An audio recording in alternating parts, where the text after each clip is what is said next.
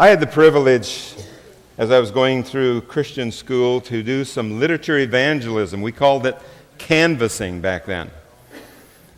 And this experience happened back in 1959. I don't mind saying because I was alive back then. I'm still alive. And they decided, since I was younger than some of them, that they should put me with a more mature individual. And so Henry, of course, anyone over 6 feet tall is really tall in my sight, but Henry was around 6'3", and Henry had found the Lord later on in life. Thank you.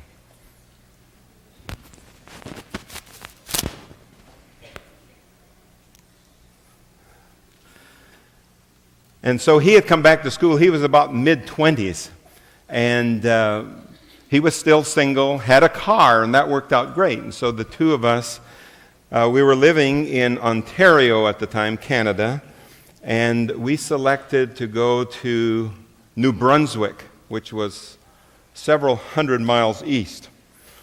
And the conference assigned us a county called Charlotte County in the southwest corner of New Brunswick. And in his 53 Ford, we headed down and found our territory, and we liked to kind of tour the entire area. So we spent a couple of hours and found where the boundaries were for Charlotte County. And we found a nice boarding home right about in the center, and we decided to make that our home base. Well, we found out that there were 3 islands belonging to Charlotte County that are off the northeast coast of Maine. And so we said, well, we'll hit those islands too. I guess I'm having an issue here. He said I was perspiring. Well, I perspire in 60-degree weather, so you can imagine what this is doing.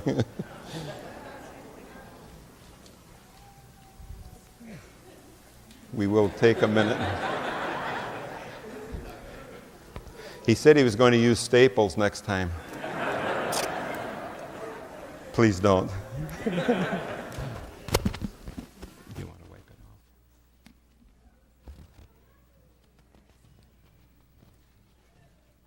Just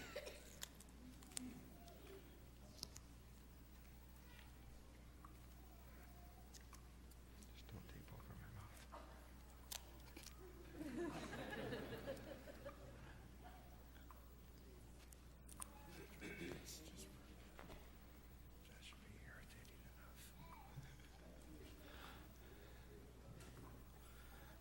I'm told to ignore it, and so you can tell me it's coming apart, and I won't really do much about it. I'll let them come out. The 2 islands off the southern part of New Brunswick, just off the northeast coast of Maine, are Deer, Campobello, and Grand Manan. Small islands. Today, the population of them is 850, 1,050, and 2,650. Small islands. So we said, let's do them. We young and adventurous, and so we did Deer Island, very small island. Within 3 days, we were done. We decided we were going to carry the stock in our vehicle, and so we had copies of every book we sold and many copies of every volumes we sold and sets that we sold. Then we said, Campobello. Well, the lady at our boarding home says you can only get that by going to the States. And so you go to Maine, and you take a ferry across from Lubec, L-U-B-E-C, and it's just a short, 3 years after this, they did put a bridge in, and you can go there now on a bridge. But it was just a ferry then, a ferry that only held, I think it was 6, 8 cars. So we went to Campobello, and to our surprise, we had just gone on the island, and here's a beautiful big home off to the left. I have since found out it has 31 rooms. It was called Cottage. Delano Roosevelt's, FDR, Franklin Delano Roosevelt's summer home. And back in 1921, they figured that it was there. Matter of fact, it's reported that it was on Campobello Island where he contracted his paralysis, which likely was polio. And there it was, well marked, the first home that I remember seeing as we entered the island. Since then, they have made a 2,800-acre park around that's shared between Canada and the United States. See, Canada was happy to have one of the presidents of the United States have a home in their country. Matter of fact, he was the 32nd president of the United States, and after he passed away, they went to work to put in that amendment, number 22, that says no one can be elected more than 2 terms. He was elected 4. But he died 3 months into his 4th term, as you historians would know. And if you have served more than half of the previous man's term, you can only be elected once. Anyway, you can read the amendments, 3 paragraphs. And even though I'm a Canadian, I do enjoy U.S. history. Matter of fact, I taught U.S. history for a few years when I was teaching in our schools. And one day, this Hispanic girl came up and grabbed me and hugged me, and she said, Pastor Luke, I'm so thrilled. I just passed my American naturalization. I'm an American now. And thanks to your class there in Southern California. And I said, I'm going to tell you now, but I didn't tell you before. I'm a Canadian, and the only class I took in U.S. history per se, was in Canada from an Australian. She said it worked. Anyway, we go around the island and we see that, we'll be able to do this in a week, and so we can catch the ferry back on Friday evening and be back at our boarding home on Sabbath. So as we look around that island, we see one prominent church, a couple of other little ones, but one big one, and we said, well, let's find that pastor. We'll locate that pastor of that church, and let's find a boarding home and get settled. So we found a little boarding home. A grandmother, back then I thought she was up in years, but now I think she was much younger than I am. And she ran a little boarding home for 5 people, and she had one. She said, I'll gladly take you. Who are you? And so we told, fine. Are you a member of that church? Oh, yes. I go, and for the summer, her 13-year-old granddaughter was helping her with the cooking and getting some spending money. And so here was a nice home, gave us a nice room with twin beds in it, worked out great. I think Henry had to stay curled up, and I stretched myself out and still couldn't make it big enough. Reach the end of it. And we said, okay, let's go and find out where the pastor is. Well, we go rapping on doors. She said, no, our pastor's on leave this summer. We don't have a pastor, but there's a visiting pastor. And it was a Protestant church, and I will not identify it. But he's staying with such and such a family, and they told us where, and so we went there, and he wasn't in. So we left a message that we would be back. What we wanted to do is say, hey, we're 2 young Christian men that have Christian literature that we're wanting to sell. We just want to get your letter of endorsement saying, hey, I approve this literature. It's kind of a risky thing, but we were young and willing to run that risk. And so never found him. We went back every day, never there. And if he was, he may not have wanted to see us. I don't know. Anyway, we said, we've got to canvass. So we started canvassing, and I tell you, starting right there with the very first day, it was sale after sale after sale. We'd never, ever had that success. And most all of it was cash sales and delivered right on the spot. I remember one morning, between my partner and I, we sold 7 sets of Bible stories. Just really, really going fine. And we said, well, we're going to get this island covered, no problem, by Friday. Until Thursday came, and Henry, my partner, came across the Sunday school superintendent. And he looked at those books and he said, this is fantastic. We're having a church meeting All the leaders, Sunday school leaders of the church are meeting Sunday evening after the 7 o'clock meeting. We're meeting about 8 o'clock. And I want to present this to them. Will you come and present that? And so we said, yes, we'll be there. We knew where the church was, and we were really excited. We can envision several sets going to that church, maybe one for each division. When Friday came, we had completed the island. The homes that we had missed, we went back to, but we were not going to leave the island because Sunday evening we had that appointment with the Sunday school teachers. And so we said, well, we've got Sabbath. That'll be interesting. But it was interesting. This lady now had taking a liking to us, and we really appreciated this lady of the place. And we said, listen, we're just going to go out in nature. And so we went out in nature, and I think we each preached to each other. We went through the lesson study, and anyway, it was 12:30 or so. She said, I'll have the meal ready at 1 when you come back. And then Sabbath afternoon, we just took a hike out in nature. We just had a super Sabbath. Sunday morning came, and then we were in a little bit of a dilemma. We said, well, we're going to be seeing these. We probably have seen about everybody that's going to be at church anyway. We may, and if we're Christians, and I mean, if they think we're Christians, we'd better show up at their church, right? And so Sunday morning we went to church. We sat in about the third or fourth row on the left-hand side, right down in this area, and we had never ever seen that pastor, the guest pastor for the weekend, for the summer. And so we would look at him as you're looking at any pastor that preaches here, and he would look down at us, but he never focused on us. And I thought, this man has heard something or knows something, and I don't know what's going on, but I think we're making him feel uncomfortable. And I nudged Henry, and Henry nudged me, and we didn't deliberately just stare at him, but we did keep our eyes on him. And but he seemed to not feel too comfortable.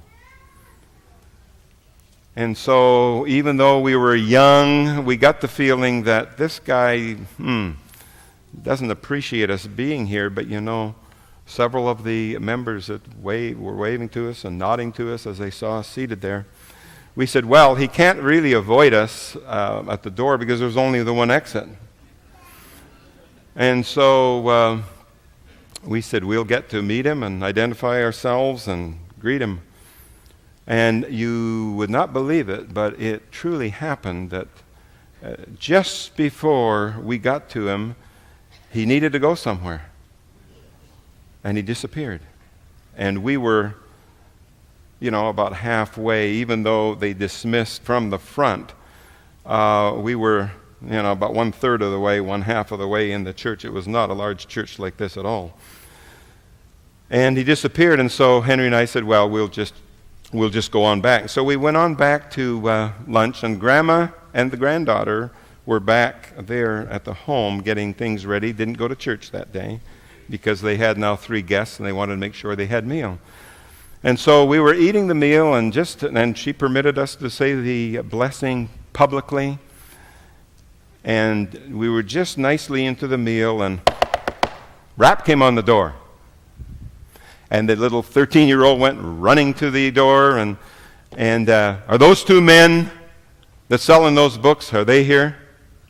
She said, yes, they are, and she motioned for us, and the grandmother said, no, you don't. You stay there. I'm going to deal with this one. And she knew who it was. She said, what do you want? She says, I want to talk to those boys. They're my guests, and you don't have a right to talk to them. And Henry and I said, no, we'll talk. We want to talk. Don't protect us. Kind of like what Jesus did to Peter that night, that Thursday evening. He said, no, let it happen. And she says, no, I don't want him getting after you 2 boys. I don't want him bothering you. And she sat down and she was grumbling. The whole time we were talking to the pastor, we could hear her grumbling. This isn't right. He shouldn't be coming here. They're eating and they're here and they're paying their way. They're nice boys. And she was talking and talking and talking in the background. And we said, can we help you, sir? He said, are you two boys that's selling these books around here? Yeah. I said, yes. Is there a problem? He said, who produces these books? Oh, Review and Herald out of Washington, D.C. That's what we were told to say. What denomination owns that? We said, oh, Seventh-day Adventist. Where do you go to school? Kingsway College. Who owns that? It was Oshawa Missionary College there. The name changed to, 3 years later to Kingsway College. Seventh-day Adventist Church. Then he looked at us and said, are you both Seventh-day Adventists? We said, yes, we are. I knew it. Indoctrination. They're just, you folks are here, and we want you off the island, and we want you to leave as soon as you leave. We don't want anything to do with Seventh-day Adventists on this island. And Henry, being the spokesman, said, every book that we have sold on this island, we have a copy here. We want to leave one with you and have you look it over, and you tell us where anything in those books contradicts the Bible. And if there's anything in there that contradicts the Bible, we will gladly take every book out of every home and give their money back. Remember, mostly cash deals. He said, no, I don't want to touch your books. I don't want to even touch your books. I said, well, they aren't really our books. They're books about God and the Bible. And he said, we want you off this island, and he slammed the door in our face. I tell you, this lady was more unhappy than we were. And then we went back and finished our eating, and she was just...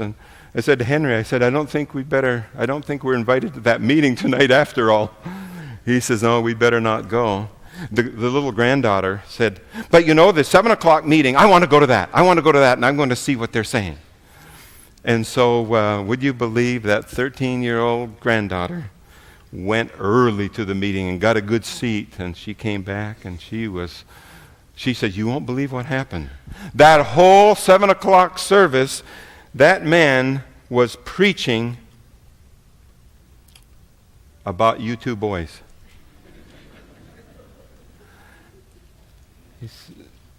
She said, here's the verse he used, Matthew 7:15. Beware of false prophets which come to you in sheep's clothes, but inwardly they are ravening or ravaging wolves. And he says, don't be fooled by this sweet talk and the nice appearance and the lovely books. These are wolves. And then he said, they are staying at such and such a home, and here's the phone number. Call them. They're going to give you their money back, your money back. Just turn your books in. I heard it from them at noon today. That's what they told me. They were glad to do that. And so she says, has the phone been ringing? Has the phone been ringing? No. Phone has not rung. So we waited. Waited for the phone to ring. 9 o'clock. The phone rang. Oh, she says, yes. And it was a different reaction than we expected. Oh. Okay, I'll send them right over. She says, John Newman, my neighbor down here 3 doors, his son is visiting from Maine, and he's studying in the seminary to be a pastor, and he's wanting to know what's so bad about those 2 boys and their books. Will you bring the books over?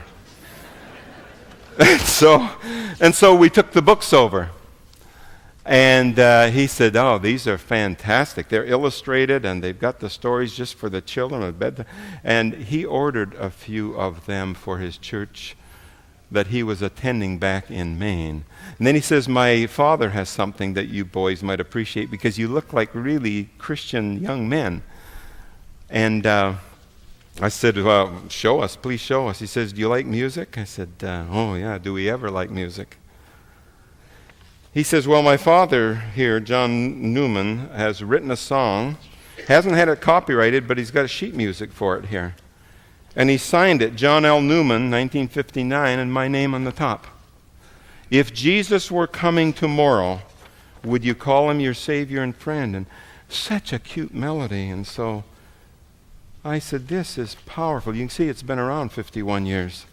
But today, you're going to hear this, not sung by me, but by Jan, accompanied by Bernadette. And please listen to the words and the sweet melody that we heard that night that I've just described to you.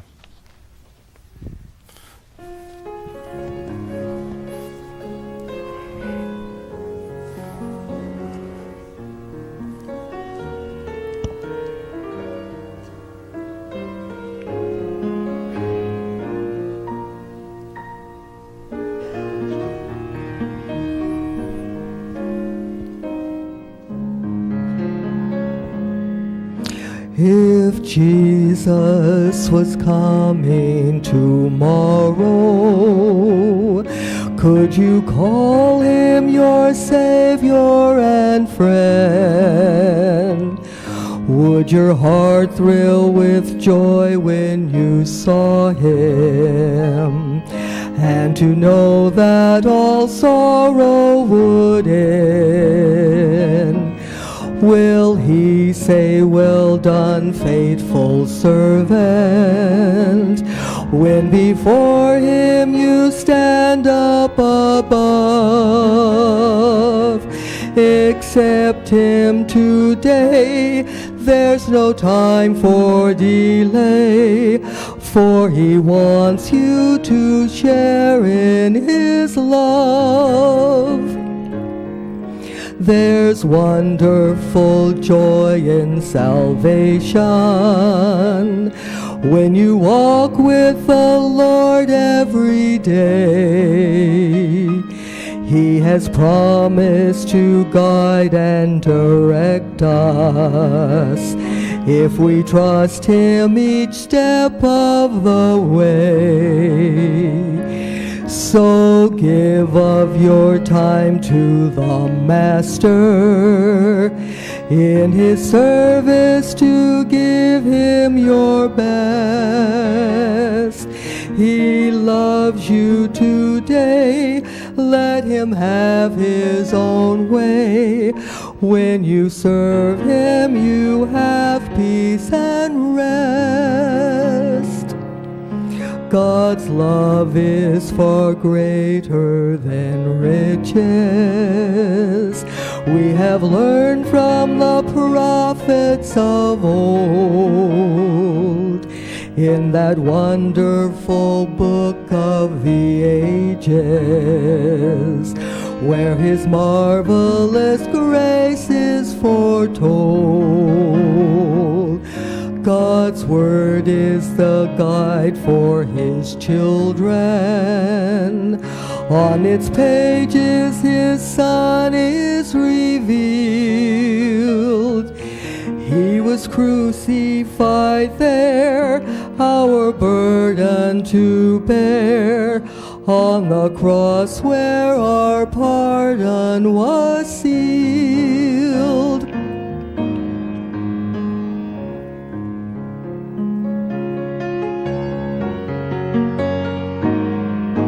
My friend, are you trusting in Jesus?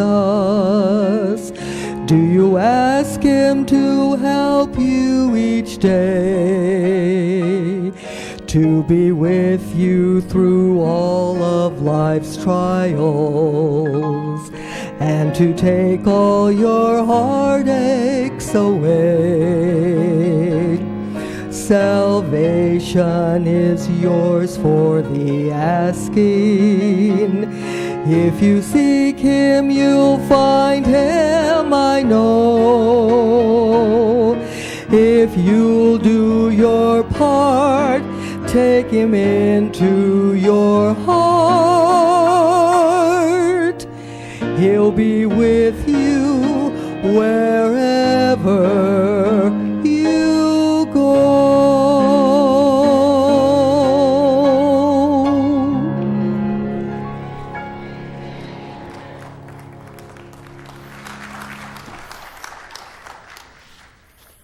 I would have never, ever guessed that would be sung in Sacramento today when that was first presented to me.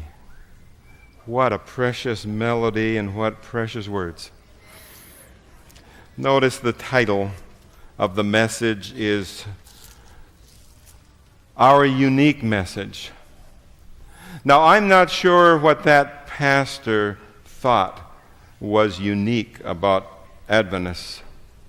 By the way, no other phone calls happened. We left the island the next morning with the money from the book sales and with more books than we had left in any 1 week that whole summer. It was just a real blessing. So Campobello Island has special meaning to Luke. Unique. Being very special, but something that no one else does or has. Something that is unique.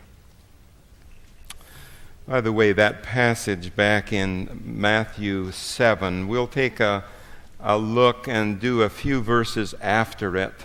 Not sure exactly. The 13-year-old granddaughter was so shook up that she couldn't remember everything, but she says he really didn't think you guys were Christians. Notice the verse right after it says, by their fruits, know them by their fruits, do men gather grapes of thorns or figs or figs of thistles?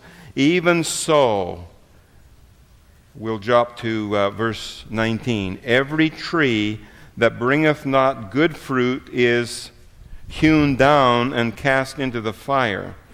Now, this is talking about false prophets, and that the bad fruit are bad people.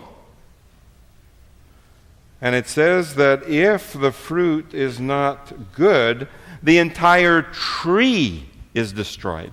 You just don't knock the fruit off it, you destroy the entire tree. Then not everyone, verse 20, wherefore by their fruits ye shall know them. And so if you see oranges on a tree, you'll say that's an orange tree. If you see apples, you'll say that's an apple tree. By their fruits ye shall know them. One of 4 tests of a prophet is this one. They will practice what they preach. And then verse 21 is one that is not always 21, 22, 23, not always clearly understood. Not everyone who saith to me, Lord, Lord, shall enter into the kingdom of heaven. Talking about Christians, isn't it? People that are calling God, God, and Jesus, Lord. But he that what? Doeth the will. That sounds like works. But he that doeth the will of my Father which is in heaven. Many shall say to me in that day, Lord, Lord, have we not prophesied in your name, and in your name have cast out devils, and in your name have done many wonderful works? And then will I profess unto them, I never knew you. Depart from me, ye that work iniquity. Therefore, whosoever heareth these sayings of mine, and doeth them, I will liken him unto a wise man that built his house upon a rock. And then it goes into that illustration, the rock and the sand. Talking about not just using God's name, but doing God's will and using God's power. Power that he gives, not power that we generate by using his name. But it's power from within, given by the Lord, given by God, doing God's will. The unique message of Adventists. I have circulated sheets in the past and say, what is our unique message? And I will get a variety of answers. One of them that comes to the surface first is usually Sabbath. But is that unique with Adventists? No. There are other groups that keep some. I spoke with some this week, called the leaders of some Sabbath-keeping churches in the area. And one of them sounded that all of the information I read online sounded like they were Seventh-day Adventists. But then when I investigated a little deeper, I could see that no, there was definitely a difference. And I have not yet anyone to preach our unique message yet. Only Seventh-day Adventists, but it's not the Sabbath. State of the dead? No. Second coming? No. Health message? No. And you can go through now our 28 fundamental beliefs, and it bothers some people that we keep adding them. But it's just a more clarification. And the one, for those of you that might not know that one was added, I'm going to read it to you. Because some people say, well, why would they have to add one? Wasn't 27 enough? And some people have said, well, I only signed for 16 when I was baptized. They did. They did. They did. I can't say too much on that because I don't know how far this is going on the internet, but in the last few weeks, I heard mockery about that. When I signed to get on board, it was only 16. Now they got 28. And it was from the pulpit. Someone who was not a SDA pastor, but an SDA, although I'd better not say too much, had I? He had asked to have his name taken off the books, but they never, and he came back for a class reunion, and he used that as a forum. And I told Pastor Doug that I was never so anxious to stand up and challenge a preacher during the sermon than I was that day. I wanted to. The Lord kept me anchored. But I wanted to. Especially when the only Seventh-day Adventist pastor's name that he desecrated that day was my buddy Doug Batchelor.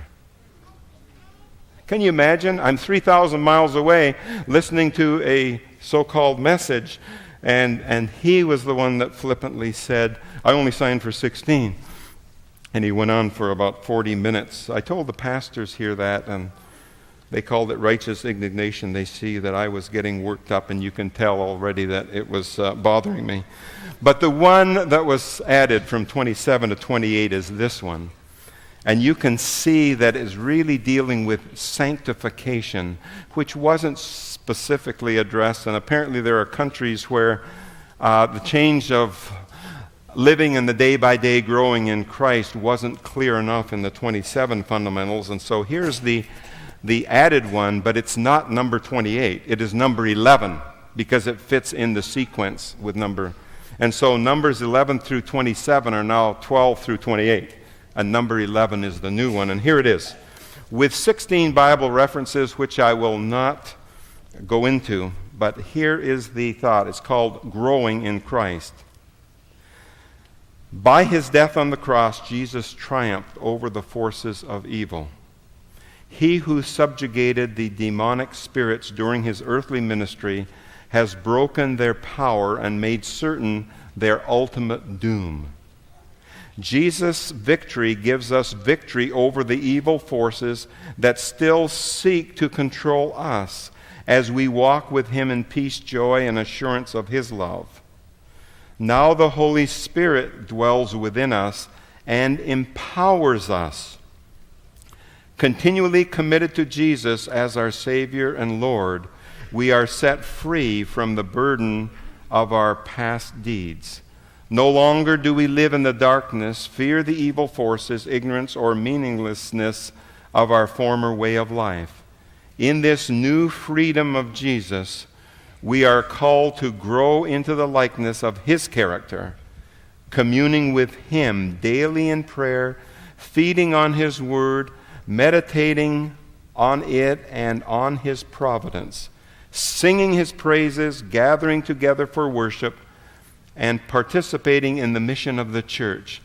as we give ourselves in loving service to those around us and in witnessing to His salvation, His constant presence with us through the Spirit transforms every moment and every task into a spiritual experience.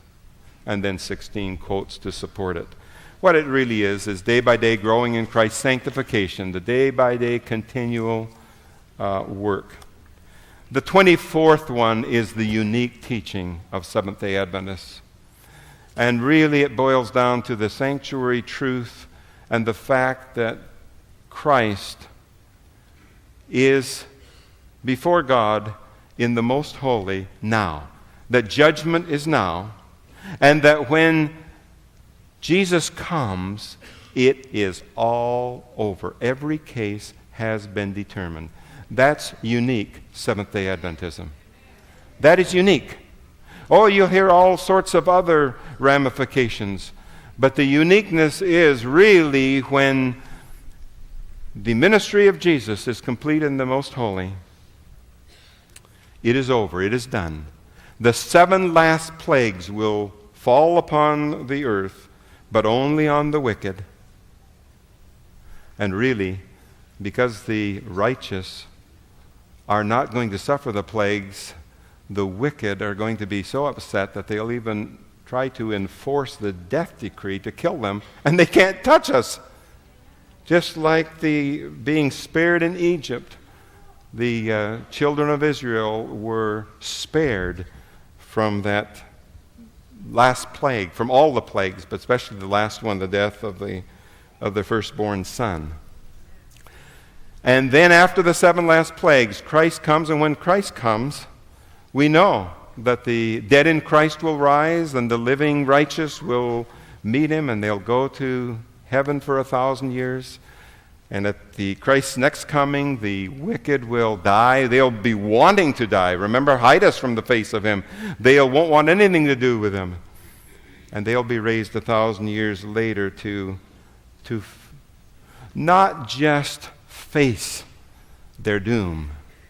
But there's some very, very encouraging thoughts in the Great Controversy, page 666, unfortunately, 666 and 667, that just before the wicked receive their doom, the fire that comes down and the hellfire that everyone says, oh, the hot place burning, that's when it's going to happen. On this earth, Satan, his angels, and the wicked will be destroyed. But before they're destroyed, here is if there's such a thing as encouraging thought, when the throne of Jesus is lifted up in New Jerusalem as it is temporarily set on earth, and every wicked they're going to try to take over New Jerusalem, they can't move, they stop.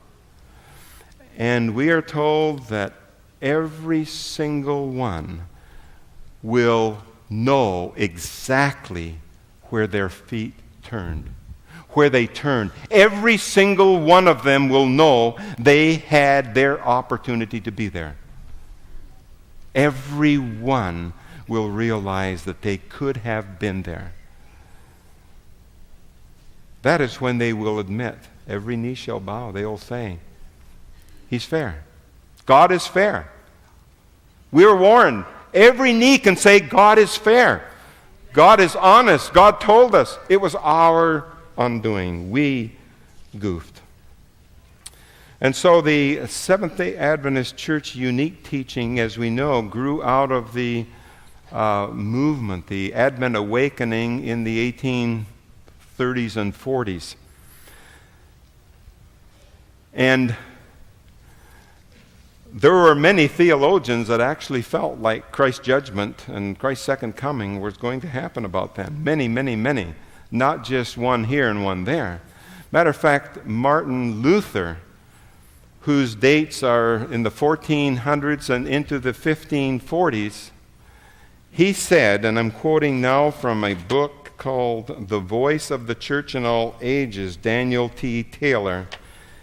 Luther said, I persuade myself verily that the day of judgment will not be absent for a full 300 years. God cannot suffer this wicked world much longer. And back in 1500s, he was calling it a wicked world. And he said, within 300 years, there will be a judgment. Now, it was misunderstood that the judgment was going to be the second coming. And there are a lot of individuals, Christians today, who believe that Judgment Day is when Christ comes. Seventh-day Adventists say, oh no, wait, don't miss the point. Judgment is before Christ comes, brothers and sisters. After the disappointment, and William Miller didn't want to really set dates. Other people wanted him to come up with dates, and he figured it'd be somewhere around 1843 or 1844. Originally 1843, because if you add 457 to 1843, you come up with 2300 days, which is Daniel 7:14. This is too fast, and you aren't going to catch it all at once, but most of you know it. You add those together, and you come up with 1843, you come up with 2300. But those of you that have a birthday in October, November, December, if you show me the year of your birth and I compare it to 2010, I'm going to count you a year older than you really are, right? Yeah, I know I have a birthday in October. And people start thinking I'm a year older than I am. I'm not. I won't be that until that day comes. And likewise, event to event to event. And so anything that went forward in the fall of 457, you can't count all of 457, can you? You can only count 456. And you can count all of 1843, and so there you've got the 9, you've got the 2299, and then you take 2 months or 3 months here at the end of at the end of 457, then you have to go several months into 1844. But really, the fall of 1844 would begin 2301, right? And so it finally boiled down, after a few attempts at maybe thinking when the Lord was going to come, they finally concluded it must be around October 22, 1844. And they really, really felt that was going to happen, so much so that these Advent believers, most of whom had been expelled or excommunicated from their church, even the Harmon family of Maine, because they believed in the soon advent of Christ. So they said, no, we don't need you in our church. And then, we told you you're wrong after the fact. But so many of these people wouldn't plant their crops. They didn't have produce set aside for the winter because Christ was going to come in October. What do you need food in December for? And so they were sorely disappointed. And among that group, there were individuals, and William Miller was not one of them. Within that group, there were young people who truly sought to know what happened. And I think of this experience written back in the 1840s in his own penmanship. You can't see it, but it looks like bird scratching to me, and from you it probably looks more so. But this is an experience that happened the morning after October 22 disappointment. You see, they expected the Lord to come, and they pushed it right up till midnight, and that was man-made thing, sundown by the Bible standard, right? But they pushed it to the man-made midnight, and he never came. And they were very, very disappointed. And some men, Hiram Edson, O.R.L. Crozier, and others, decided to have a special little prayer session, say, okay, Lord, we don't understand what happened. We really feel we've done this right. And they wanted to pray the rest of the night. It was already after midnight. Well, the women went to bed, and they said, you better go out. You're going to make too much noise downstairs, and so go to the shed. And they went out in the barn, and they prayed all night. And about 6:30 in the morning, Hiram Edson said, you know, we're not all wet. Something's wrong, but God's going to give. He had the assurance that the answer was coming. Can you imagine that? They didn't know what it was, but he said, I feel like God's going to give us the answer.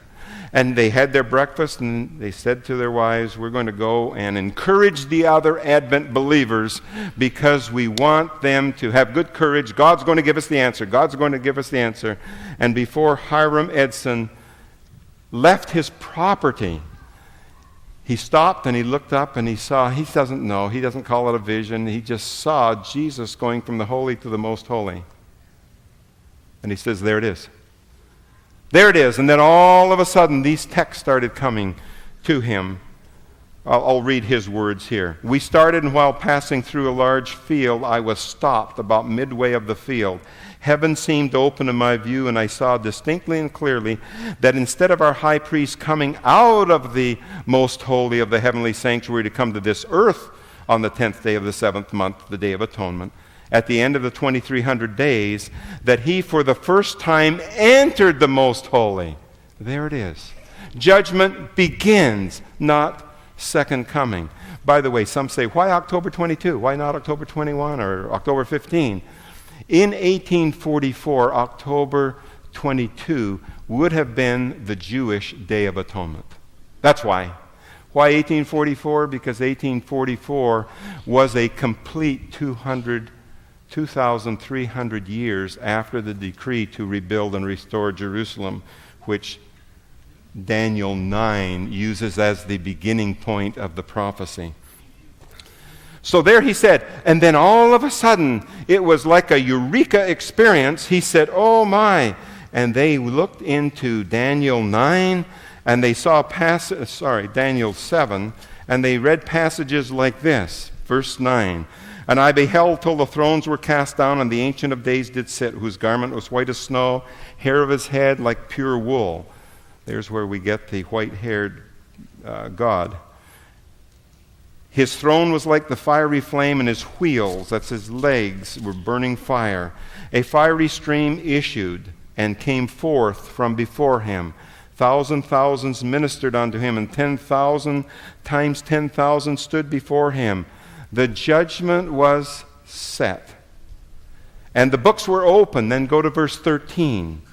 And I saw in the night vision, and one like the Son of Man came with the clouds of heaven and came to the Ancient of Days. There it is. Judgment set, books open, Jesus came to the Father. How could we miss that? It was right there. Daniel 7 had it right there. But oh, how they wanted Christ to come. They wanted him to come. They didn't want him to wait. They wanted that to happen right there. And then in Revelation 10, you'll know this passage. Revelation 10, verses 9 through 11. And I went unto the angel and said to him, give me that little book. And he said, take it and eat it, and it shall make thy belly bitter, but it shall be in thy mouth sweet as honey. And I took the little book out of the angel's hand. Remember, Daniel was a sealed book till the time of the end? He was to seal it till the time of the end. Here's the little book now given. Now take it. Now absorb it. Now eat it. And it was in my mouth, sweet as honey, and as soon as I had eaten it, my belly was bitter. We use the word bitter, disappointment. And he said unto me, thou must prophesy again before many peoples and nations and tongues and people and kings. Prophesy again. In other words, when judgment begins, there's still time to change. There's still time to accept Christ. Revelation 14, the three angels' message. And this is one that Pastor Doug used this morning. Revelation 14, beginning with verse 6. And I saw another angel fly in the midst of heaven, having the everlasting gospel to preach unto them that dwell on the earth, and to every nation, kindred, tongue, and people, saying with a loud voice, fear God and give glory to him, for the hour of his judgment is come, and worship him that made heaven and earth, the sea, and the fountains of water. And there followed another angel, saying, Babylon is fallen, that great city, because she made all nations drink of the wine of the wrath of her fornication.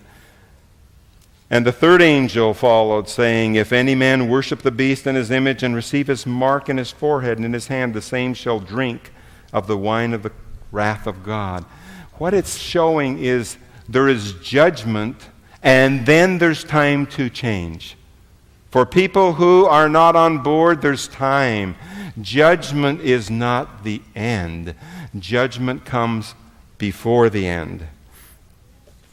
William Miller, where does he fit in all of this? I think it's very, very beautiful to see that he was very, very disappointed, of course. And what did he do? He died a few years later. He died in 1849. And we believe he died believing that the Lord was going to come in his day, because he took that passage that as in the days of Noah. How long was Noah in the ark before the rains came? 7 days. And if that's prophetic, that would mean 7 years. That would take it to 1851, wouldn't it? And he figured that may be prophetic, and it's kind of what they call the shut door prophecy. The teaching, shut door. The door of mercy is shut. Nobody can be saved after 1844, and in seven years the Lord will come. And he died before that happened. He never did endorse any of the other groups that sprung. He rejected the teachings that we hold. So where does that place him? We've got a real lesson to learn from this, brothers and sisters. God knows the heart. God knows what individuals have been through. And God knows the heart of William Miller. And I'm going to give just a couple of excerpts from William Miller, and one here written in the Midnight Cry in 1844 after the disappointment. And I can't read it all. I can, but I won't because of time. He is writing to Joshua V. Himes in the Midnight Cry, one of the early Advent papers. He says, "Brethren, hold fast." This is William Miller after the disappointment. "Let no man take your crown. I have fixed my mind upon another time, and here I mean to stand until God gives me light. And that is today, today, and today, until he comes. And I see him for whom my soul yearns. Permit me to illustrate by a parable." And he gives a parable of similar to the one Jesus gave when people were to watch and be ready, watch and be ready, and they kept thinking, well, he's going to come now, and then they'd back off. And he said, even though he never came the first 2 or 3 times, hold in there because he is going to come. And we may have had something off, but he says Jesus is going to come. And then William Miller, such a man of God. The more I read about him, the more I know that God used that man to be able to take that great disappointment and still not lose his confidence in God. It's called his Apology and Defense. It was written August 1. It was printed August 1, 1845, 10 months after the great disappointment. And he starts out, "As all men are responsible to the community for the sentiments that they promulgate, the public has a right to expect from me a candid statement in reference to my disappointment in not realizing the advent of Christ in 1843 and 1844, which I had confidently believed. I have therefore considered it not presumptuous in me to lay before the Christian public I have therefore considered it not presumptuous in me to lay before the Christian public a retrospective view of the whole question, the motives that activated me, and the reasons by which I was guided." And he's got 36 pages, and 4 of them fit on a sheet like this. It's just a little book, and I had copies made at Andrews University Library.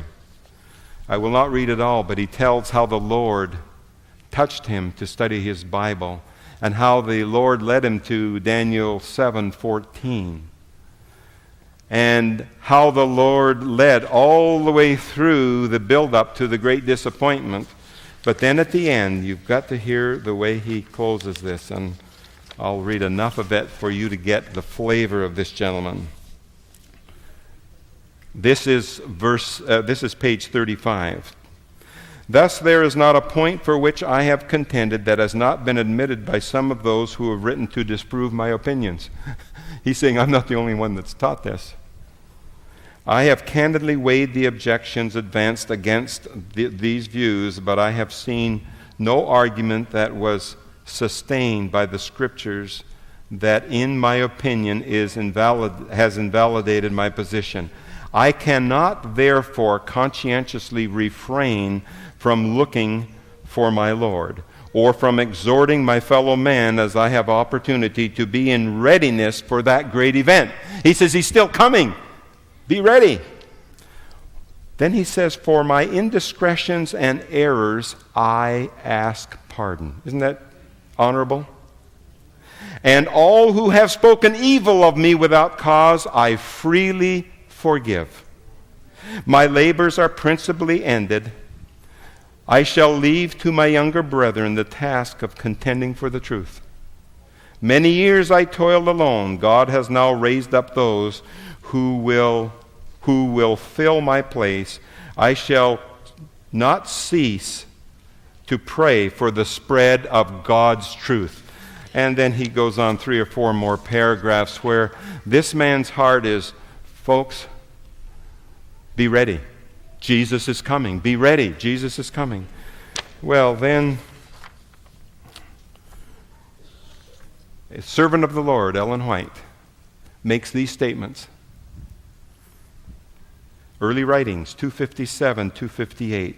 My attention was then called to William Miller. He looked perplexed and bowed with anxiety and distress for his people.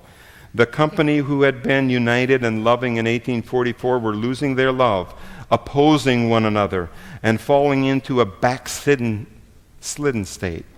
As he beheld this, grief wasted his strength.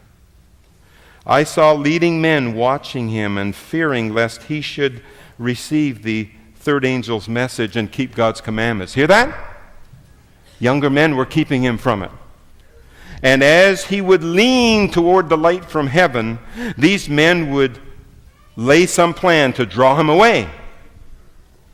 A human influence was exerted to keep him in darkness and to retain his influence among those who opposed God's truth. We didn't know that, did we? At length, William Miller raised his voice against the light from heaven. He failed in not receiving the message which would have fully explained his disappointment and cast the light and glory on the past, which would have revived his exhausted energies, brightened his hope, and led him to glorify God. He leaned to human wisdom instead of divine. But being broken, here it is, but being broken with arduous labor in his master's cause, and by his advanced age, he was not as responsible as those who kept him from the truth. They are responsible. The sin rests upon them. If William Miller could have seen the light of the third message, many things which looked dark and mysterious to him might have been explained. But his brethren professed so deep love and interest for him that he thought he could not tear away from them. His heart would incline toward the truth, and then he looked to his brethren. They opposed it. Could he tear away from those who had stood by his side in proclaiming the coming of Christ? He thought they surely would not lead him astray. God suffered him to fall under the power of Satan, the dominion of death, and hid him in the grave from those who were constantly drawing him from the truth. Moses erred as he was about to enter the promised land. So also I saw that William Miller erred as he was soon to enter the heavenly Canaan in suffering his influence to go against the truth. Others led him to this. Others must account for it. But angels watch the precious dust of this servant of God, and he will come forth at the sound of the last trump. Amen. I'm glad God's the judge. Amen. I'm glad God knows the heart. I'm glad God understands each one of us. And I'm glad that God, 2 Peter 3:9 and John 3:16 and 17, that God wants all to be saved. Let's look at John 3:16, the one that we know so well. For God so loved the world that he gave his only begotten Son, that whosoever believeth in him should not perish, but have everlasting life. For God sent not his Son into the world to condemn the world, but that the world through him might be saved.